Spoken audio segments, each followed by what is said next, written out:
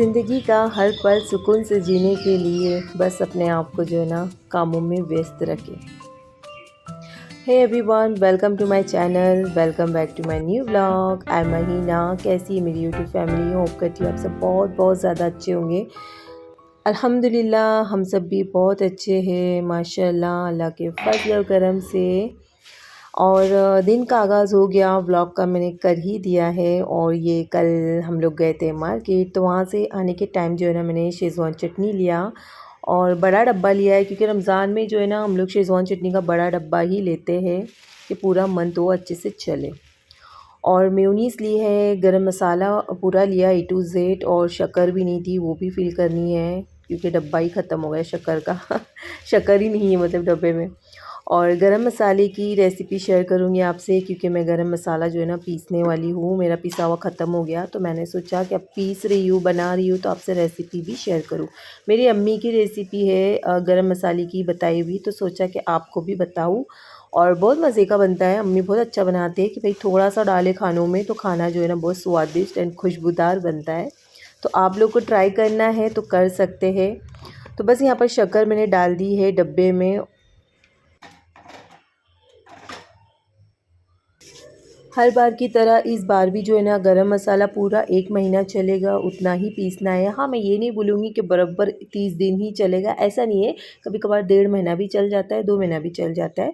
लेकिन मेरा एक जजमेंट होता है, अंदाज़ा होता है कि भाई मैं 1 महीने का ही जो है ना बना के रखूँ, क्योंकि ज़्यादा दिन का नहीं बनाना चाहिए आई थिंक, क्योंकि फिर वो स्मेल वगैरह सब उड़ जाती है, उतना मज़ा नहीं आता। जो ताज़ी चीज़ में होता है वो बना बनाई रखी हुई चीज़ में नहीं होता है। क्योंकि ऐसे ही मेरे अम्मी भी बोलती है ये बात सेम, और मैं भी यही कहती हूँ। पहली बात तो ये कि सबका बनाने का अपना अपना एक तरीका होता है, सबके अपने अपने हाथों में एक अलग ही टेस्ट स्वाद होता है। तो मैं यहाँ पर किसी को नाम नहीं रखूँगी, सबकी अपनी अपनी मर्ज़ी होती है, सब अपने मन मुताबिक अपने घर को संभालते हैं, जैसा चाहे वैसा रख सकते हैं। तो मैं अपने अम्मी के उसूलों पे बताई हुई बातों पे चलूँगी, क्योंकि बड़ों की बातें सुनना ज़रूरी है। तो बस यहाँ पर मैंने देखिए सारे गरम मसाले निकाल लिए एक प्लेट में, और सारी चीज़ें जो भी ली है ना वो सब इक्वली रखी है। तो मैं आपको इत्मीनान से ज़रा बताती हूँ, लेकिन मैं पहले यहाँ पर सारी चीज़ें निकाल के तो ले लूँ।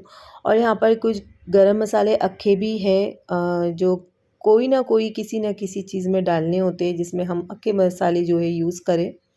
तो गरम मसाला मैं ज़्यादा ही लेती हूँ कि भाई जिसमें पाउडर भी बने और अक्खा भी मैं रखूँ।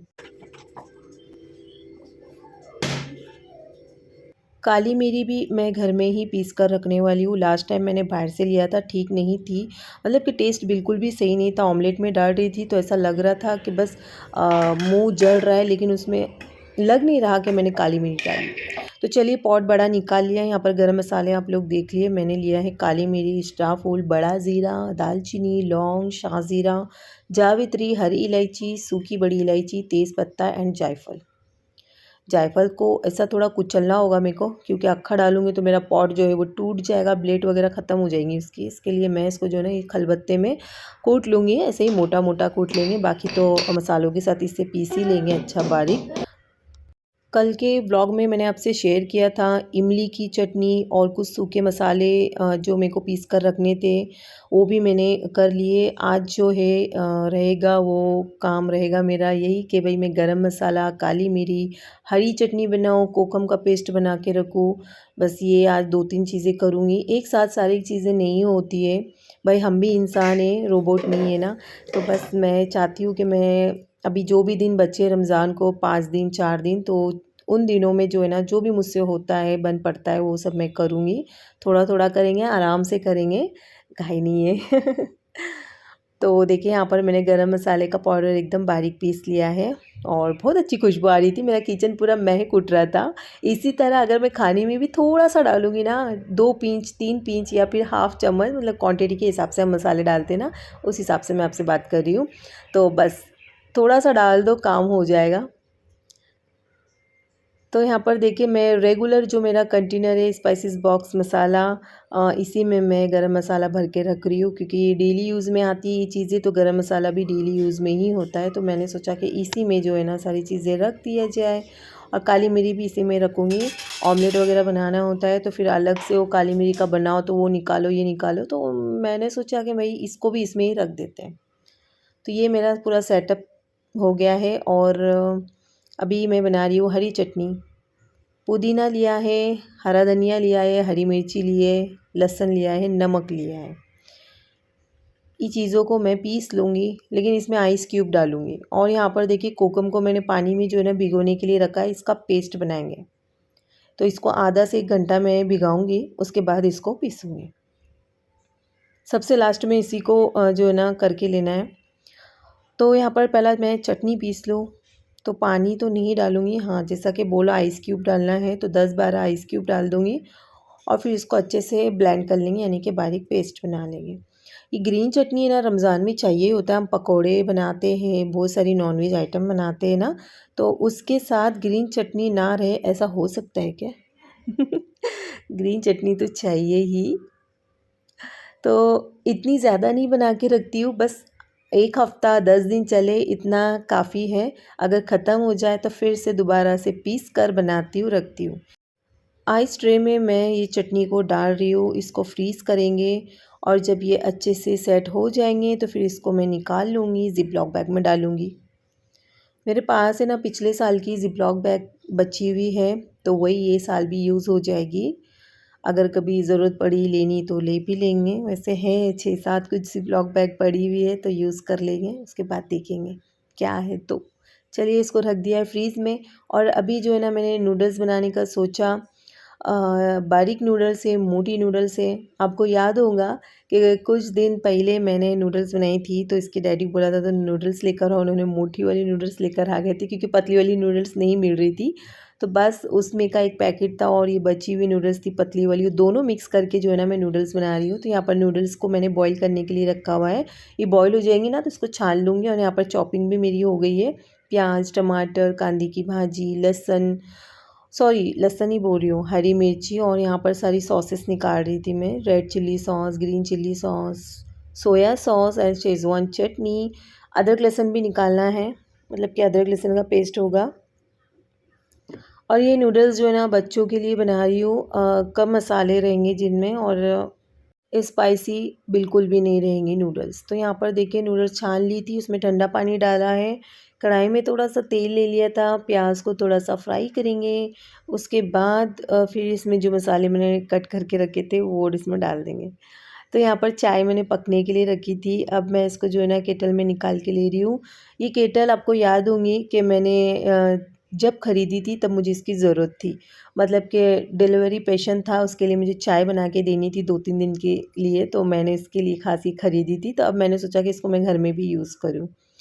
तो बस यहाँ पर प्याज में अदरक, लहसुन, हरी मिर्ची, टमाटर डाल दी और जो सॉसेस मैंने तैयार की थी वो भी ऐड कर ली। उसको हल्का सा भूनेंगे, उसके बाद फिर इसमें बॉईल किए हुए नूडल्स ऐड कर लेंगे। अच्छा, मैंने गरम चाय करने वाली केटल जो ख़रीदी थी ना, तो जिससे ख़रीदी थी तो वो अंकल मुझे ऐसे ही बोले थे कि इसमें ना 16 से 17 घंटा चाय गरम रहेगी।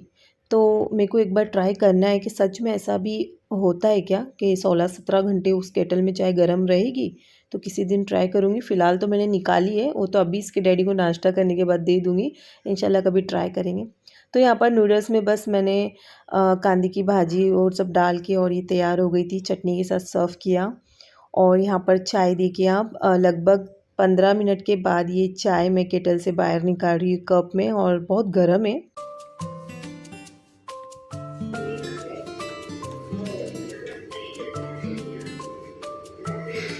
अभी जो है ना मैं करूँगी कोकम का पेस्ट तैयार। तो कोकम में बीज होते हैं, उसके बीज मैंने ना रिमूव कर दिए और बस पानी के साथ इसको पीस लेंगे। वही पानी डाला है जिसमें मैंने कोकम भिगाया था, इसमें एक्स्ट्रा पानी नहीं डाला मैंने, मुझे नहीं लगता कि ज़रूरत है। अगर आपको डालना हो तो डाल सकते हैं।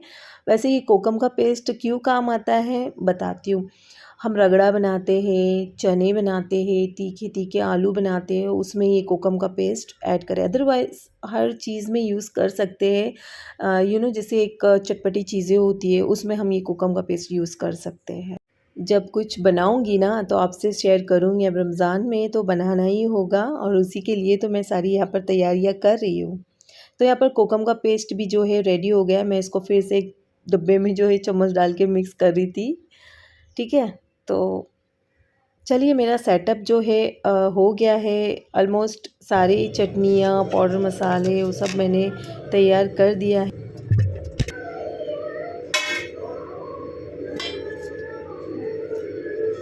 तो यहाँ पर चटनी भी जो है आइस क्यूब में अच्छे से सेट हो गई और मैं इसको निकाल के ले रही हूँ। इसको ज़िप-लॉक बैग में डालूँगी और जब मुझे यूज़ करना हो खाने के लिए तो फिर 10-15 मिनट पहले उसको फ्रीज़ से निकाल लूँगी, तो फिर ये क्या हो जाएगा, मेल्ट हो जाएंगे।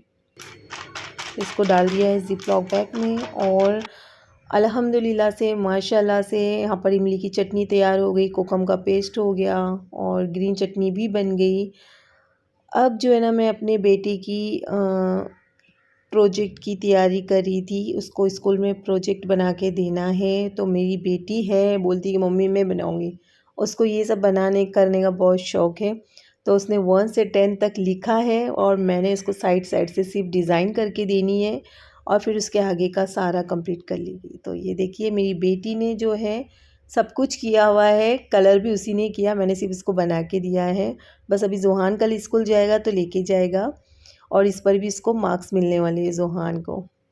आई होप कि व्लॉग आपने फुल वॉच किया होगा। इंशाल्लाह फिर मिलेंगे बहुत जल्द एक नई वीडियो के साथ। अपना ख्याल रखें, दुआ में याद रखें। बाय।